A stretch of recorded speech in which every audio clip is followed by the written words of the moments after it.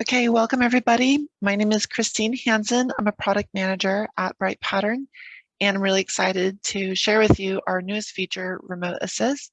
We're also going to be going over the latest release 5.15, and then we'll have plenty of time for any questions or comments at the end. So let's get started on Remote Assist. Okay, so first of all, what is Remote Assist? It's a new feature that allows agents to view and control devices over the network. It's a native, lightweight application ran during an interaction. So it is native to Bright Pattern. It's not a third-party integration. It's something we've developed in-house. It's very lightweight. It's a very small application that does not need to be installed prior to starting the Remote Assist interaction. It can be ran right at that time. We currently support Windows and Mac. Mac is missing one feature due to their OS restraints, which is the chat inside of the Remote Assist session. You can still chat using web or SMS. And then we have iOS and Android coming soon, slightly limited there as well, just because of the security that's on mobile devices. We are only able to show the screen, not interact the same way we are on Windows. It also supports internal interactions, so it's not just agent to client, it's also agent to agent or agent to supervisor. And it supports other things as well, such as file transfer, copy paste, and sending key combinations. So where is Remote Assist useful? How is this going to help our customers? Primarily, it really makes a big difference for the ITSM help desk. So any industry that has a large enough IT support where their employees are calling in for different issues, whether it's troubleshooting their PC, they need a software installation or upgrade, or any kind of technical repairs that can be done remotely, we were giving them a tool for the ITSM agent to be able to complete these things without having to go actually to the physical computer and do them. Because of this, it's actually opening up more and more opportunities for remote and home office teams. So anytime that there is a person who is unavailable, if you have a remote team or hybrid environment, Remote Assist is a tool that's going to allow you to interact with those computers that are not on-prem. And this also allows for companies to take a more distributed staffing approach because of this remote capability. And again, there are some places that still have COVID restraints where they want to be able to minimize the amount of contact, the amount of in-person contact.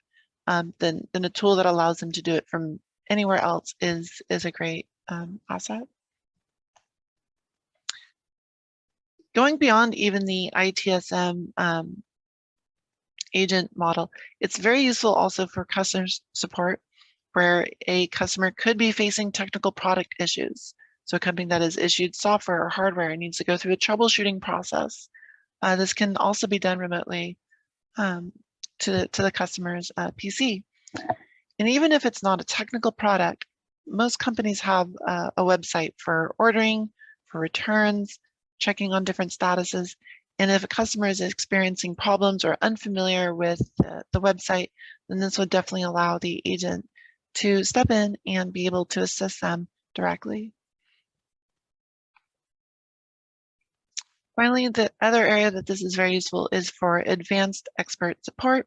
So during internal interactions, let's just say you have a more advanced agent than the other, they're able to start an internal chat and just kind of take over for a couple steps and be able to show someone who's new what's going on. It's very useful for supporting the training process.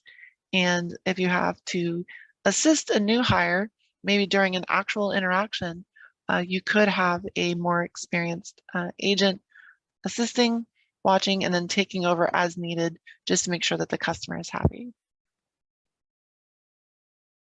So let's start taking a look at what Remote Assist actually looks like. And what we're looking at here is Agent Desktop as it would appear for the agent. And we can see that we have opened up a Remote Assist session on the client side. We're currently looking at the web page that appears when we initiate a Remote Assist session. And there's also some other things. Let's go ahead and zoom in on them. So on the left, we can see what the chat page looks like. And You'll want to take a look over here on the left where it says Remote Assist. This is a different type of chat interaction. Previously, we had chat for web chat and SMS for SMS messaging. And now there is Remote Assist, which supports a direct chat line between the agent and the Remote Assist session on the client side. Additionally, there is a monitor icon right next to it, and this is how the agent will be able to initiate a Remote Assist session through chat. Phone is supported as well. We'll take a look at a little bit about what that looks like as well. So an agent is able to still generate a Remote Assist session even over the phone, and then be able to read off those the important details for the user to assist them. And we can see that a little bit over on the right, where we have a session pin in a URL. So if the customer were to enter this URL, even if they heard it over the phone, then they would be directed to a Remote Assist session to begin. And then we can kind of take a look at what that looks like for the agent, or excuse me, for the user side, the client side. This is zoomed in quite a bit because it's a very small, lightweight application. But you'll see that they have icons to be able to transfer files over from the from their device to the agent. And there are icons as well for the agent to be able to transfer over to the user as well. They can also stop sharing, and they can also start chatting inside of this window. So from here, let's go ahead and take a look at a demonstration of these different things. So starting off with, what we're going to do is take a look at a remote desktop session we have. So here we are. This is a different machine than the one I was just on for our agent. And let's say that this particular user is trying to set up their VPN, and that's something they're just not familiar with. They haven't had to do it before, and they're stuck, and they're going to contact their IT service desk just with a chat that's been integrated into their webpage. It goes through Bright Pattern and is able to reach out and get a hold of an agent. I need help with my VPN. Right, so they're going to initiate the interaction. And then the agent is going to accept it. Let me just come out of here. Great. So here we have our agent is assisting Sarah Smith and says, I need help with my VPN. Right, so we're going to switch from chat over to Remote Assist. For the agent, nothing really changes. Oh, we have to initiate it first. Sorry. So here we're able to initiate the Remote Assist session using this icon. And we're going to send the details over to our user. Go back to their machine and take a look. So the link has been sent from the agent. And here's how easy the process is. It just has to click on it. Now, if that hasn't been downloaded yet, then we can download it right here where we join the Remote Assist session. This machine currently has it. So we're just going to open up the Remote Assist client. And we're going to confirm that we want to share our screen and input. Great, and it's begun. It's that easy. So let's take a look at what this looks like over for the agent again. And we're going to maximize the screen here. And now we're looking and interacting with the customer device. We'll just minimize their web browser. We're not going to be using that. What we do know we need to do is help them with their VPN. And since we know that it is, using VPN requires elevated privileges, that's one of the features that we have with Remote Assist. If the current user that's logged in is not an administrator on their system, but the agent has admin credentials, they can go over here and they can click the Elevate button. And what that's going to do is going to allow us to enter in the credentials of an administrator to be able to do more advanced operations.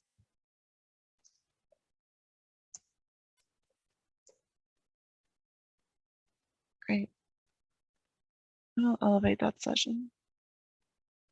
Now, there is a reason why everything just went white, which is because in order to elevate the session, it does require the current user to agree to that, right? We didn't want anyone to just be able to go in and elevate permissions. It does require someone on the other end to accept that. We will say yes. We will come back. And then just because we were using a RDP session, this is not, would not be necessary unless, except that is RDP. We'll log in one more time.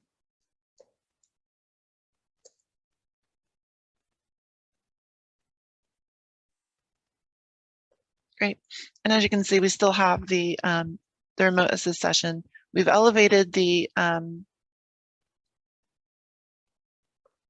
the credentials for this particular session, and now we can go ahead and assist them with their VPN needs. Go ahead and minimize that. Great.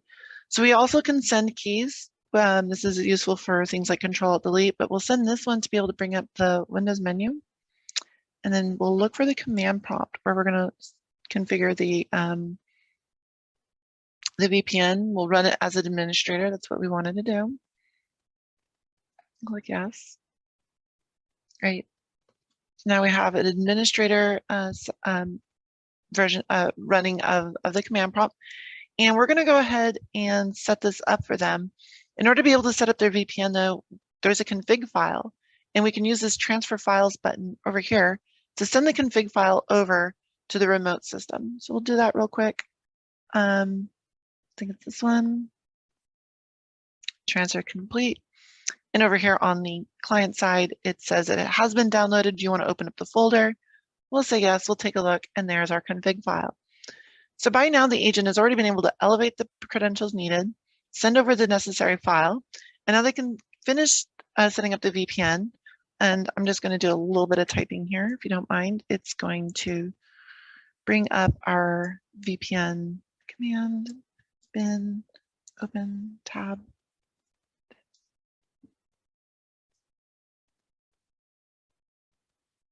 Great, and then we will get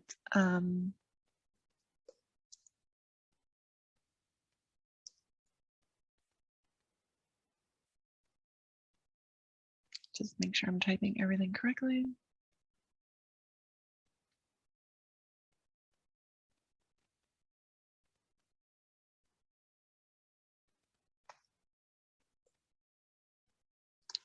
Christine.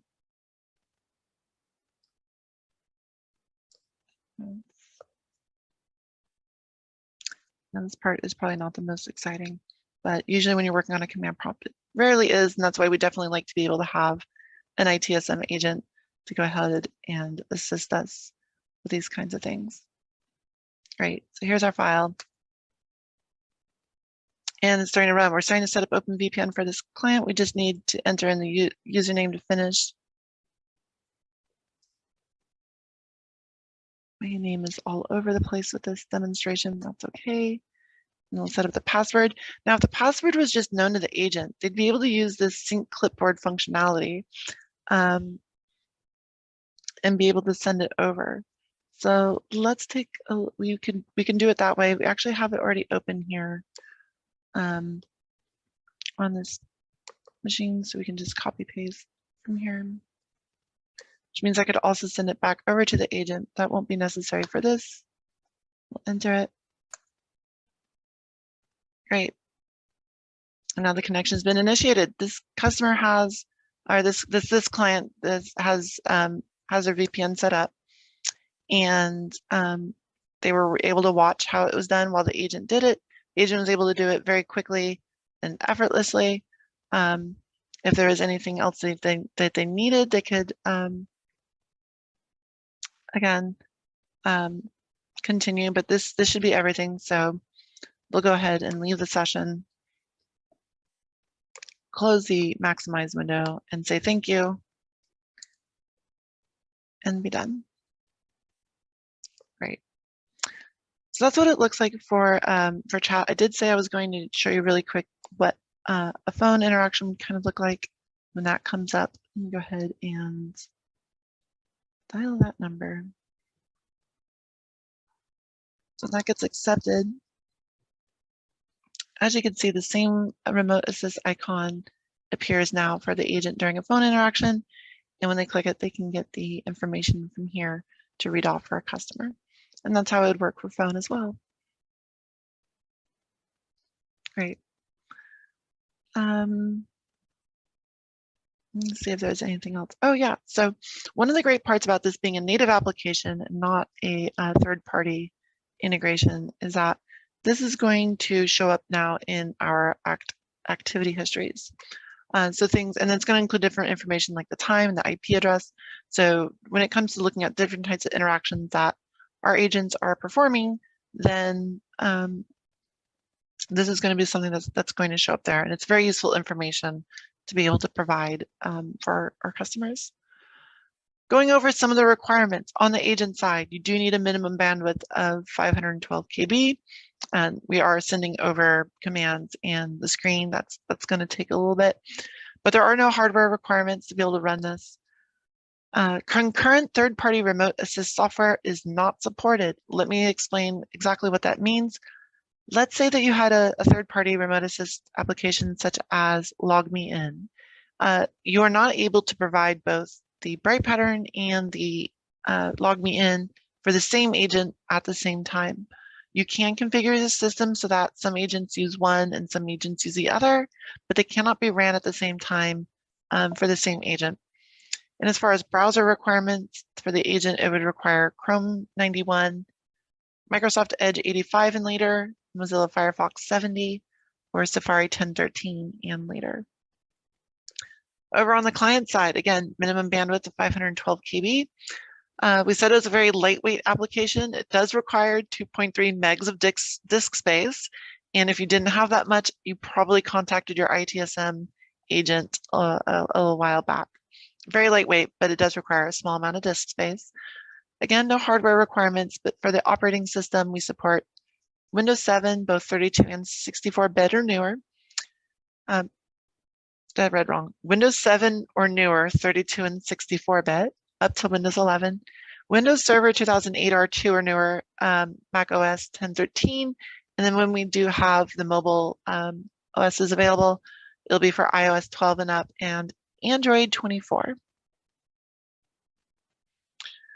So that's everything that we have for Remote Assist. Remote Assist is also coming with the latest version of Contact Center, version 5.15. Remote Assist specifically is a add-on feature that if you're interested, you definitely want to go ahead and contact your Bright Pattern sales representative, because this is something that we are pricing at, as an add-on, and it's definitely worth it because it works very, very well and it integrates nicely into the Bright Pattern system. Go ahead and contact them. But everyone is getting upgraded this week to 5.15. And let's go over a few of the improvements that we put inside of here. First of all, the case search view is now customizable. So the different categories that we show when we perform a case search can be added or removed, and they will automatically slide over left or right depending on how much space is needed for that. So that's useful to be able to decide what information you want for your case searching. Additionally, there's a change to the way that email header info in our threads is going to appear. Previously, it was just the from and date information, similar to how I think Gmail does it. We're going to add to CC and the subject, which is a little bit more about what you might see from something like Outlook. So that's getting added for email threads. Additionally, if you are adding users, if you're CCing people in the middle of a conversation, activity history is now going to show the recipients that are added in later on. So it's not just the original recipients. If people get added into a thread, they will also show up in the activity history. And we've also made the behavior of opening up a case consistent. So depending on how and when a case was opened, some of the behavior was slightly different. So we've standardized that. And just to explain what the behavior is now is that If you don't have an unsent draft, then the subject gets copied with the RE prefix. If the last email was inbound, the sender's address is copied to the to field. If the last email was outbound, the address of the first recipient is copied to the to field. And then there is no change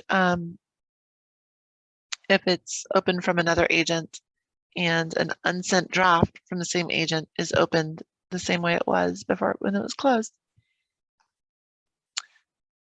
Also, for sending reports, the compression is now optional. So if you want to be able to send your report uncompressed for whatever reason, this is something that is supported.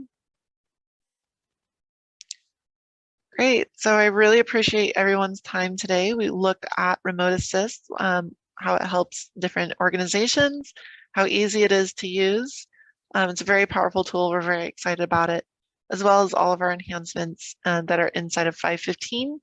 At this time, if there are any questions or comments, feel free to enter them in. We'll be glad to take them. Some of the questions that were from the morning session that I just wanted to go over. So for example, we did mention the availability is based on your particular agreement with Bright Pattern. Contact sales for the more information to be able to add this. Another question was, would it be able to survive a reboot? And that was a very good question because, you know, if you're installing software, updating drivers, things like this, then you might have to reboot the system. In this current version, we do not support keeping a session open across a reboot, but it is something that we are looking into and will be upcoming for later versions of Remote Assist. Okay, I'm not seeing any other questions or comments at this time. Again, I appreciate everyone's time today. I hope this has been very exciting and informative. A copy of today's presentation will go out to everyone who, regardless of whether they were or were not here, along with the slide deck. So you guys have that information if you want to look back at it. Oh, I see one more chat. Thanks. Oh, well, thank you. No, it really means a lot when everyone says that. So I'm glad it was useful. And if there are no other questions or comments, then I wish everyone a good rest of their day or evening and look forward to future webinars with everyone again. Thank you.